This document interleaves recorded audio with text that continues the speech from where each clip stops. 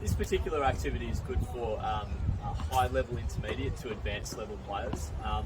It's basically a scenario where two players are against another two players where they all start on the baseline. It's really a baseline game with one catch or one specific rule.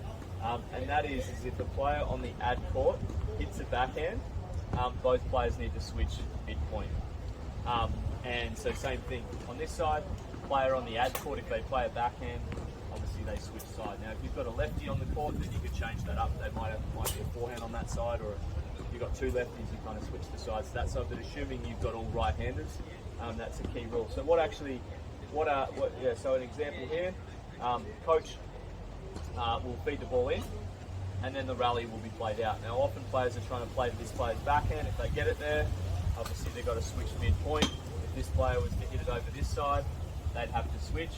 Okay, and then as the point goes on, it still happens. Sometimes players can have to switch sides multiple times in one point.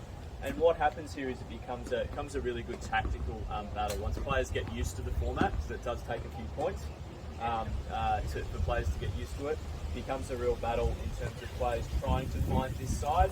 And often the smart players will hit it to the backhand, they'll come to the net, and then they'll play the open court volley into the other side. And you'll also see from a defensive perspective, if players have to play the backhand over here, you'll start seeing they'll lob, they'll give themselves more time to recover. But again, a really good game, 2 versus 2, and it works really well. You can play first to 11, best of 3. Usually it's sort of head-to-head scoring. And obviously, if you had 5 or 6 players, you just use the rotation system. After each point, this player would go here, that player would go there, and so on there. Again, would be looking at this is a great activity for, as I said, strong intermediates to advance that can actually control the ball into specific areas of the court.